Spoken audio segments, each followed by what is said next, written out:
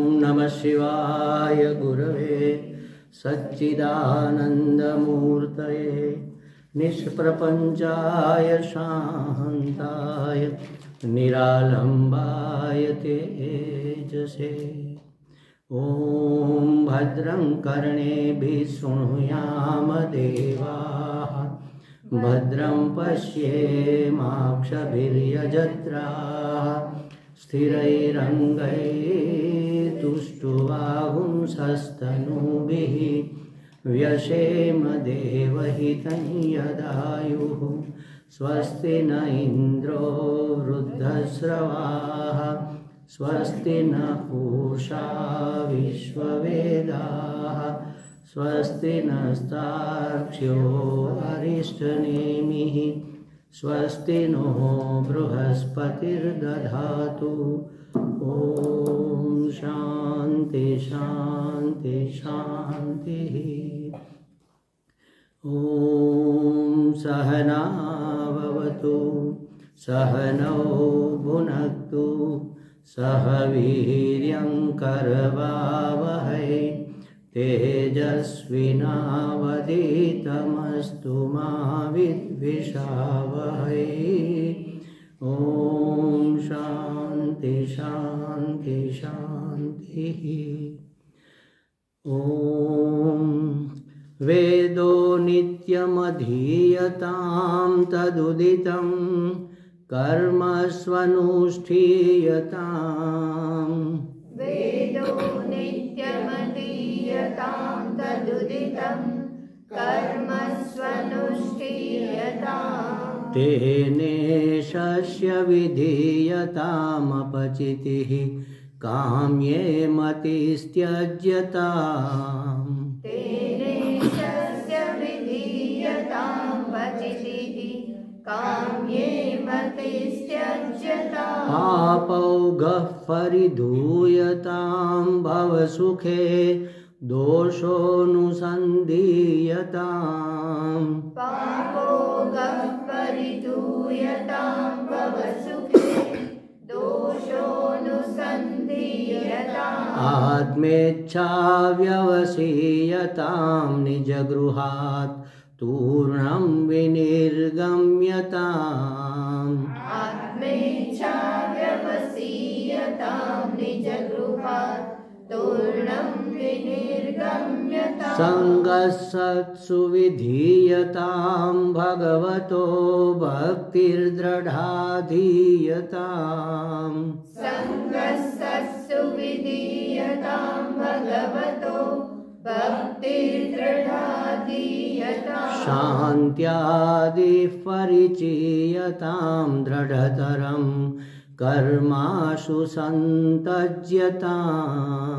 शान्त्यादिः परिचीयतां दृढतरं कर्माशु सन्त्यज्यताम्। सद्विद्वानुपसृप्यतां प्रतिदिनं तत्पादुकासेव्यताम्। सद्विद्वानुपसृप्यतां प्रतिदिनं तत्पादुकासेव्यताम्। ब्रह्मैकाक्षरमर्थ्यतां श्रुतिशिरो वाक्यं समाकर्ण्यताम्। ब्रह्मैकाक्षरमर्थ्यतां श्रुतिशिरो वाक्यं समाकर्ण्यताम्। वाक्यार्थश्च विचार्यतां श्रुतिशिरः पक्षसमाश्रीयताम्।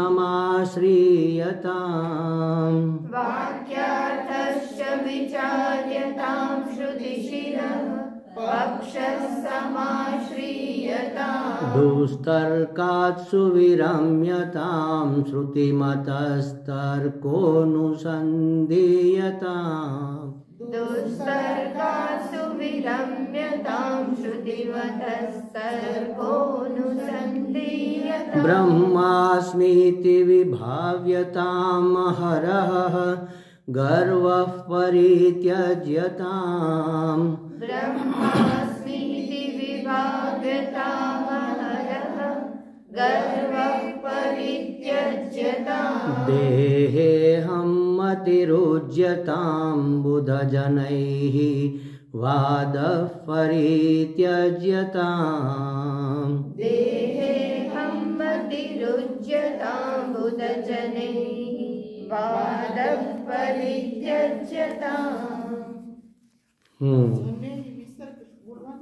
શું બોલવાનું છે? બાકી રહી ગયો? બાકી નથી એટલે મને એટલે એમાં ઉચ્ચાર કેવી રીતે કરવાનો? બુદ્ધ જનૈર્વાદ પરિત્યજ્યતામ. બુદ્ધ જનૈઃ વિસર્ગનો બે ટપકા અલા રેફનો વિસર્ગ થઈ જાય. વિસર્ગનો જ રેફ થયેલો છે એટલે પાછો મૂળ સ્વરૂપમાં આવી જાય. પેલી પંક્તિ ત્યાં પૂરી થાય છે. દેહે અહમ ઇતિ રુજ્યતામ, પછી બુદ્ધૈ જનઃ વાદ પરિત્યજ્યતા. બુદ્ધિમાન પુરુષો સાથે વાદ વિવાદમાં ન ઉતરવું. એ હવે આપણે એ મુદ્દો હવે આવશે, એની પહેલાંના મુદ્દામાં આપણે છીએ અત્યારે. જો એક મહત્ત્વની વસ્તુ આમાં એક એ આવી, ક્યાં ગયું? હા, દુસ્તર્કાત સુવિરમ્યતામ. આગળની લીટીમાં દુસ્તર્ક એટલે કુતર્ક, એને સુવિરમ્ય સારી રીતે છોડી દેવા. સારી રીતે કેમ છૂટે? સારી રીતે પકડો એમ કહી શકાય, પણ સારી રીતે છોડો એટલે સંપૂર્ણપણે છોડી દેવા. એમ પછી જરાકમાં વાંધો નહીં, એમ એવું નહીં રાખવાનું. એટલે શું કે જ્યારે સત્સંગ ચાલતો હોય ને ત્યારે આપણી બુદ્ધિ ડખા કરે, વાતે વાતે વિરોધ કરે. આવું તે કાંઈ હોતા હશે, સ્વામીજી કે પણ કાંઈ આવું તે કાંઈ હોતા હશે, શાસ્ત્ર તો કે પણ કેટલી વિશે હો થાય તમે સંસારમાં આવો જ ખબર પડે. આવું આપણી બુદ્ધિ કહેતી હોય તો એને ત્યારે શાંત રાખવાની કે ભાઈ તારા બધા જ અભિપ્રાયો અત્યારે હું નકારતો નથી, બાજુએ રાખ. પછી જેટલું સ્વીકારવા જાય એટલું સ્વીકારી અને બાકીનાનો છેદ ઉડાડી દેશું. પણ તોય એક બે એવા સંશય રહી જાય બુદ્ધિના, ત્યારે પછી મનન કરવાનું. ખ્યાલ આવ્યો? સુવિરમ્યતા એટલે સારી રીતે ધોઈ નાખ્યું પછી નીચોવી પણ નાખવાનું. એમ આપણે કેમ કહીએ કપડાં ધોઈએ એટલે ખાલી કપડું ધોવાનું નથી, ધોઈને પછી નીચોવી પણ નાખવાનું. એટલે આપણે વિવેક કરીએ એમ કહીએ, વિવેક કરો તો હવે ઘઉં છે એમાંથી કાંકરા વીણવા, એટલે ઘઉં અને કાંકરા આપણે જુદા કરીએ એને વિવેક કર્યો કહેવાય ને. પછી કાંકરા સાચવી રાખીએ, જુદા કર્યા એટલે જે નકામી વસ્તુ છે એ તો ફેંકાઈ જ જાય ને, એનું નામ વૈરાગ્ય. ખ્યાલ આવ્યો? જે કામનું નથી એ છૂટી જ જવું જોઈએ, છોડવાની જરૂર ન પડે, એ છૂટી જાય, એનું નામ વૈરાગ્ય. એટલે સૌથી વધારે આ બધામાં વિવેક વૈરાગ્યનું મહત્વ એટલે છે કે ત્યાંથી શરૂ થાય ને જો એ દ્રઢ થઈ ગયો હોય ને વિવેક, તો વૈરાગ્ય આવી જ જાય. અને વિવેક વૈરાગ્ય આવી ગયા હોય તો મન શાંત થઈ જ જાય. હવે કાંઈ બીજી કડાકૂટમાં પડવું જ નથી ને મૂકોન માથાકૂટ, તો શાંતિ થઈ ગઈ કે નહીં? એનું નામ સમ. મનની શાંતિ એટલે એનું નામ સમ. મન શાંત થઈ ગયું તો પછી ઇન્દ્રિયોને આમ ઘડિયા ઘડિયા ઊંચું કરે આમ જોવાની જરૂર ન પડે. અમારા દ્વારકામાં એક સ્વામીજી હતા, મારા ફ્રેન્ડ ફિલોસોફરને ગાઈડ એવું કહું તો કહેવાય એમ. અને સીધા ઉપલા લેવલમાં અજાતવાદમાં રમણ મહર્ષિના શિષ્ય. એટલે ગમે એ કહ્યું કે હૈ હી કહા, એ જગત હૈ હી કહા, એ તો મિથ્યા કલ્પના હૈ. આપણા પ્રશ્નનો જવાબ આપણને મગજમાં ઉતરે જ નહીં. આપણે તો વ્યવહારિક સત્તામાં પૂછતા હોય, એ સીધો પારમાર્થિક જવાબ આપે. એક વખત ત્યાં અમારે દ્વારકામાં હોસ્પિટલ છે આંખની, તો હોસ્પિટલમાં આગળ મોટી ગેલેરી છે. મોટી એટલે આ તમે કાર્પેટ પાથરીને લગભગ એવડી એથી મોટી, એમાં અમે ખુરશી નાખીને બેઠા હતા. આગળથી આમ દરવાજેથી બધા દર્દીઓ આવે, નીચે હોસ્પિટલ, આંખની હોસ્પિટલ, ઉપર મહારાજને રહેવાનું. અને અમારો રૂમે ત્યાં આપે એ લોકો. તો સવાર 10 વાગે દવાખાનું ખુલે. બહારગામથી આવતો એની તો બસ 6 વાગે આવે, કોઈની 7 વાગે આવે, એટલે સીધા દવાખાને આવે. તો પૂછે કે ડૉક્ટર નથી? મહારાજ તો આમ બેઠા, સામે પીપળો છે ને, બસ પીપળાની સામે જઈને બેઠા. એ સાંભળે નહીં, એને સંભળાય જ નહીં, એને ખબર ન પડે કોક પૂછે છે. એટલે હું હોય ત્યારે હું પછી ઊભો થઈને જાઉં, હું બેન, હું ભાઈ? તો કે ડૉક્ટરને આંખ બતાવી. મેં નીચે બાકડા છે ને, તમે બેસો, 10 વાગે દવાખાનું ખુલશે. બહારનો ભાગ ખુલ્લો છે એટલે કોરિડોર ખુલ્લી રાખીએ અમે, જાળી ખોલી નાખીએ, એટલે બેસો તમે, હમણાં ડૉક્ટર આવશે 10 સવા 10, તમારે કામ હોય તો પતાવીને આવો. એટલે જાણે કે કશી લેવા દેવા જ નથી, એની આંખ આમ નીચે જોવે નહીં, જાણી જોઈને ન જોવે એવું નથી, પણ એનું એમાં રુચિ જ ન હોય. જ્યારે મન શાંત થઈ ગયું ત્યારે ઇન્દ્રિયોને ડાફોડિયા મારવાની ઈચ્છા જ ન થાય. અત્યારે તો આપણને ટેવ છે એટલે આમ કરીને આમ જોઈએ કોણ આવ્યું ને કોણ ગયું ને બધું કરીએ. મન એકદમ શાંત થઈ જાય ને, અને શાંત ક્યારે થાય? જ્યારે વૈરાગ્ય દ્રઢ થાય ત્યારે. વિવેક દ્રઢ થાય ત્યારે વૈરાગ્ય આવે, વૈરાગ્ય દ્રઢ થાય ત્યારે મનની શાંતિ, જેને સમ કહેવાય, એ આવે. મન સંપૂર્ણ એટલે મહદ અંશે શાંત થઈ જાય ત્યારે ઇન્દ્રિયોની શાંતિ આવે, ત્યારે સમાધાન થઈ ગયું. અને સમાધાન થઈ ગયું ક્યારે થાય? જ્યારે શ્રદ્ધા હોય ત્યારે. મન શાંત થઈ જાય એટલે શ્રદ્ધા બેસી જ જાય ઓટોમેટિક, કારણ કે શુદ્ધ થઈ ગયું ને, એટલે શ્રદ્ધા બેસે તો સમાધાન થાય. આ બધું થાય ને એટલે પછી આમાંથી છૂટવાની ઈચ્છા થાય કે આ છોડો ઝંઝટ બધું, વાસ્તવમાં શું છે એ જરાક જાણીએ તો ખરા. એટલે મુમુક્ષા જાગે અને પછી જિજ્ઞાસા જાગે. ખ્યાલ આવ્યો? આવું ચંચળ મન ત્યાં સુધી ઠેકાણે બેસે નહીં જ્યાં સુધી વિવેક અને વૈરાગ્ય દ્રઢ ન થાય. એટલે ચંચળતાને લીધે મન બીજા વિષયોમાં ભટકવા લાગે.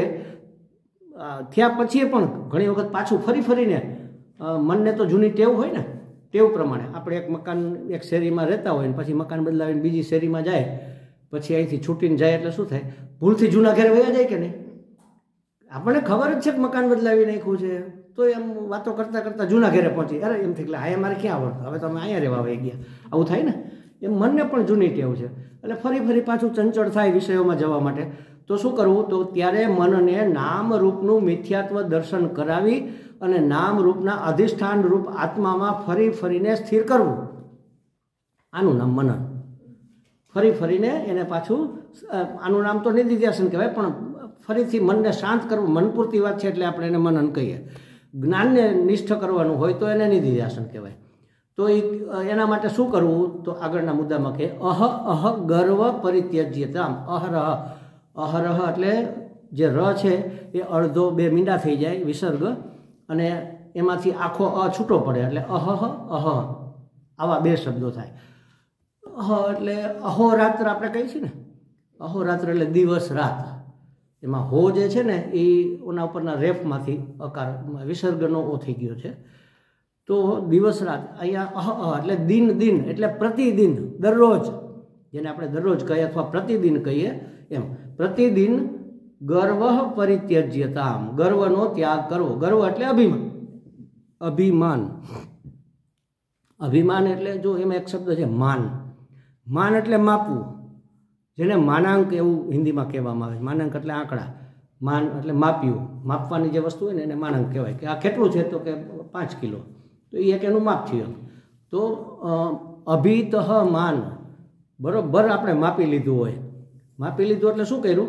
એને મર્યાદિત કરી દીધું ને, કે ભાઈ આટલું જ, આથી વધારે નહીં એમ. તો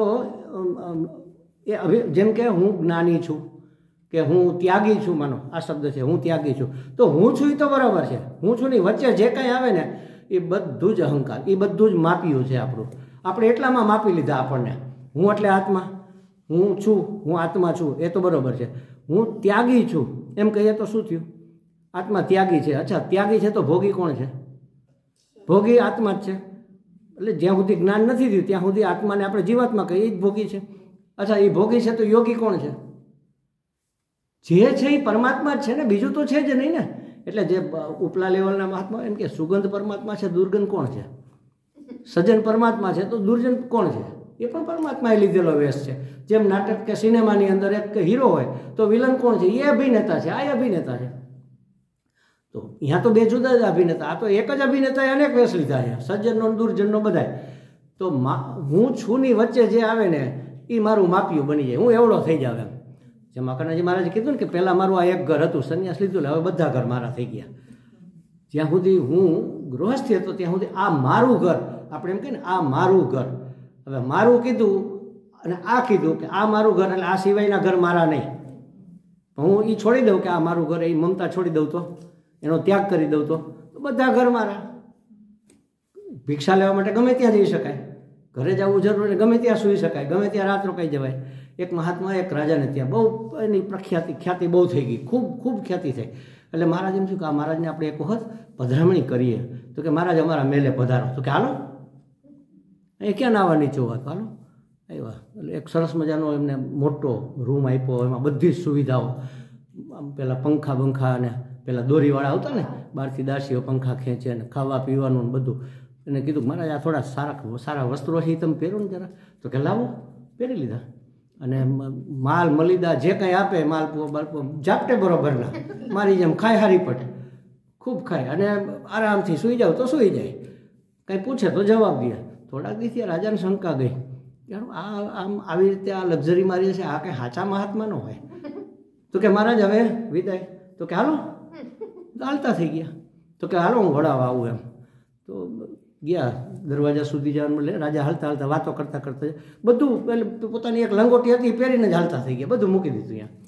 એનાથી ના ના મહારાજે બધું ત્યાગી દીધું આમ એક ક્ષણમાં. જરાય એમ ન થયું કે આ એક ઉપવસ્ત્ર તો રાખવું, કે આ સોનાનું કમંડળ એ તો રાખવું, એમ મેં ક્યાં ના પાડી હતી એમ, કે તમે ખાલી જાઓ એમ કીધું તું, શું લઈ જાઓ શું ન લઈ જાઓ. એટલે સાચા મહાત્મા છો. તો કે મહારાજ એક વિનંતી છે, હજી થોડાક દિવસ રોકાણ. તો કે હાલો. એટલે એને કશી જ મમતા હોય જ નહીં, કોઈ જગ્યાએ એનું બંધન ન હોય. એને ઈશ્વરની સાથે જેણે તાદાત્મ્ય કરી લીધું ને એ સર્વતંત્ર સ્વતંત્ર કહેવાય. એને કોઈ બંધન જ ન હોય, સર્વતંત્ર સ્વતંત્ર. આ શબ્દ સમજવા જેવો છે, સમજો. બધા જ તંત્રથી સ્વતંત્ર હોય, ક્યાંય પણ દેશ કાળ વસ્તુ પરિસ્થિતિ કોઈ જાતનું એને બંધન નડે નહીં.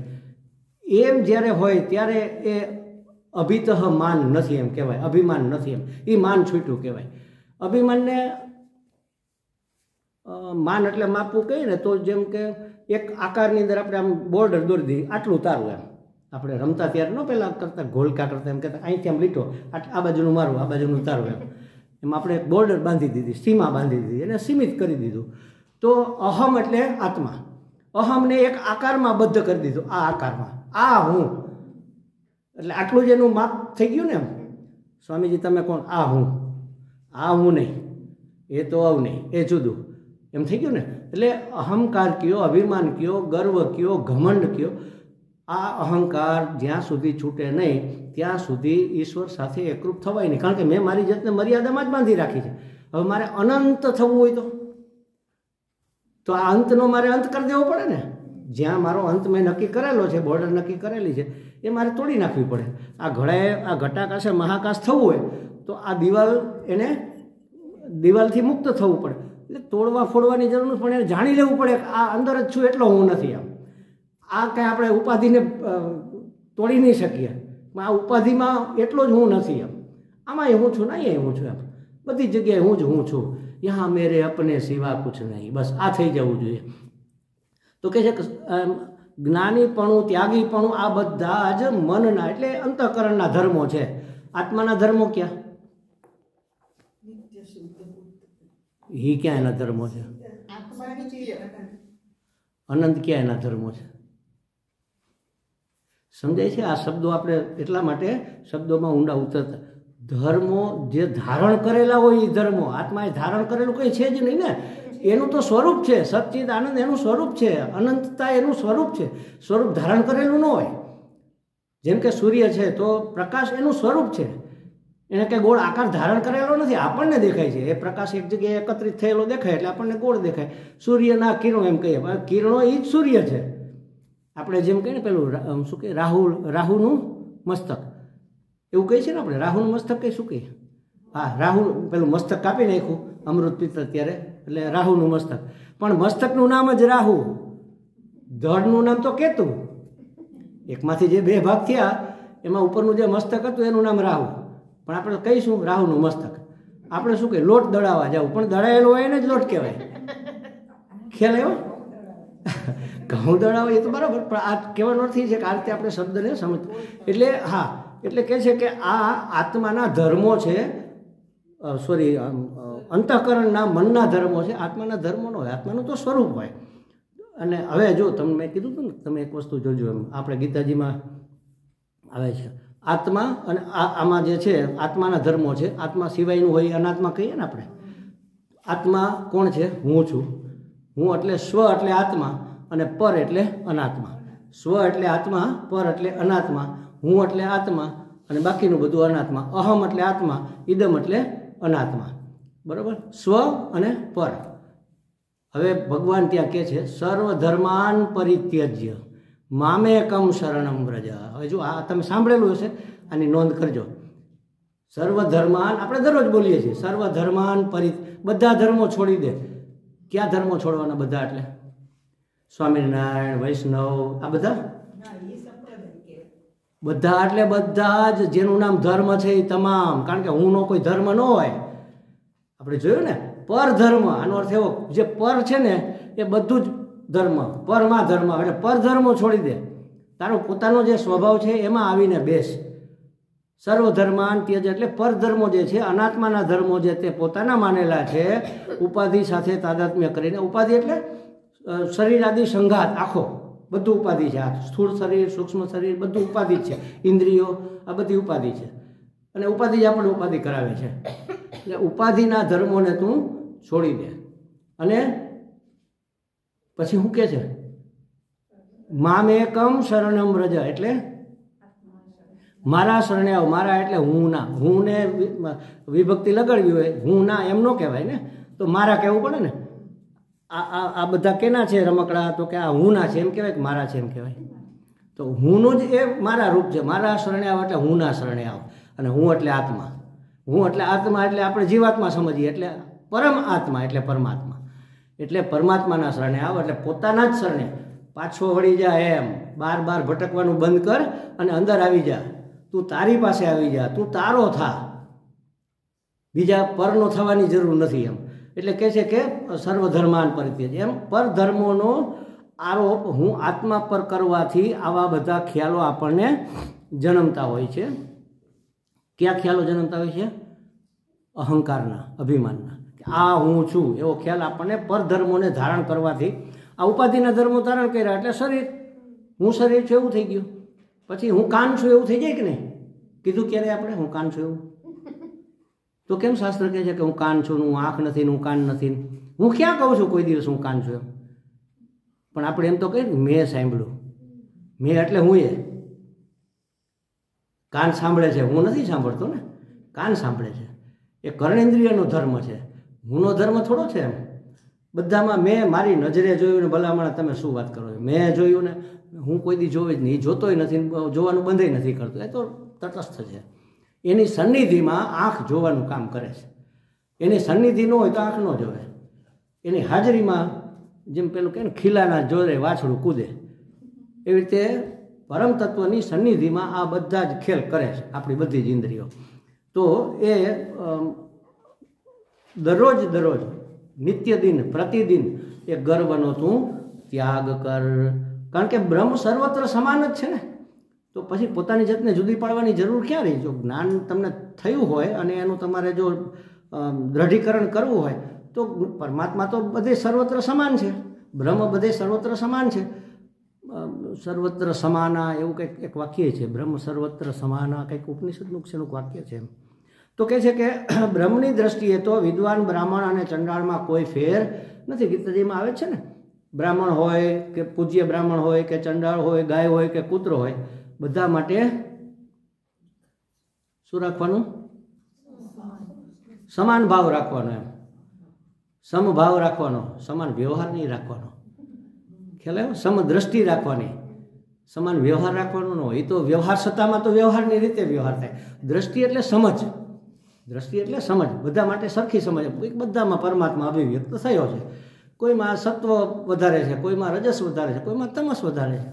પણ એ ત્રણેય ગુણ પરમાત્માની જ માયાના છે ને. અને પરમાત્માની માયા એટલે પરમાત્માની શક્તિ જ છે, એનાથી અભિન્ન છે, જુદી નથી. નહીતર તો દ્વૈત થઈ જાય ને. પરમાત્માથી માયા જુદી હોય તો દ્વૈત થઈ જાય.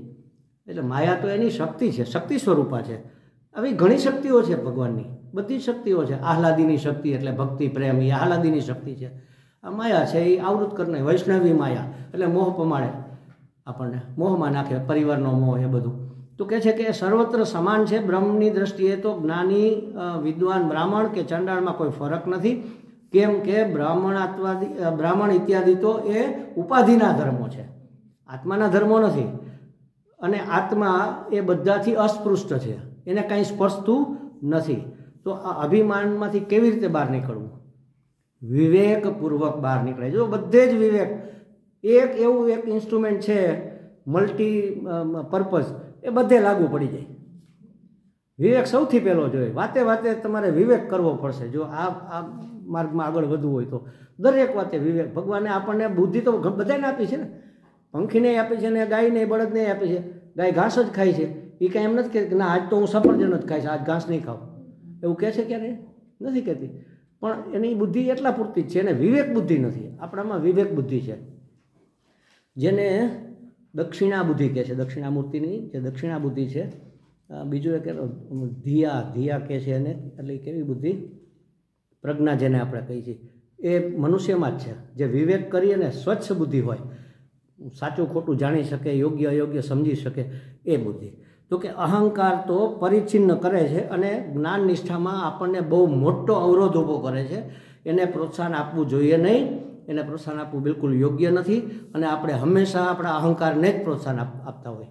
અરે મને તમારાથી આમ કેમ કહેવાય, મને એટલે હું ને, હું એટલે કેને આપણે હું સમજીએ છીએ, અહંકાર જ ને, જીવ જ, આ આત્મા શરીરને જીવાત્માને. તો અહંકારને કોઈ સંજોગોમાં પ્રોત્સાહન આપવું યોગ્ય નથી જો તમારે જ્ઞાન માર્ગે જવું હોય તો શું કરવું? તો એના માટે કહ્યું કે દેહે અહમ મતિ રુજ્યતા. દેહ એટલે દેહમાંથી, કયો દેહ? સ્થૂળ અને સૂક્ષ્મ બંને દેહમાંથી અહમ બુદ્ધિનો ત્યાગ કરવો. કેવી રીતે કરવો? વિવેક દ્વારા. એક જ સાધન આપણી પાસે સૌથી શ્રેષ્ઠ છે, ગમે ત્યાં લાગી જાય, ગમે ત્યાં લાગી જાય. પેલું આપણે શું, અમે ભણતા ત્યારે અમારે એક છોકરો એવો હતો, એ બધું એને ફાવે એમ. એટલે અમારે એ કે જો આ વાંદરી પાનું છે, વાંદરી પાનું જોયું છે ને, આમ એ બધે લાગી જાય. નાનું મોટું જેવડું કરવું એવડું થાય. આઠાની બોલ હોય તો લાગે, 12 બોલ હોય તોય લાગે, નટ હોય તોય લાગી જાય, 14 નટ હોય તોય લાગી જાય, ગમે એવડું હોય તો લાગી જાય. ઢાંકણું ખોલવું હોય તો હાલે, અને દબાવવું હોય તો હાલે, કંઈક ઠપકારવું હોય તો હાલે, એનું માથું મોટું હોય. એટલે વાંદરી પાનું એમ ટૂંકમાં આપણા માટે આ વિવેક છે એ વાંદરી પાનું છે.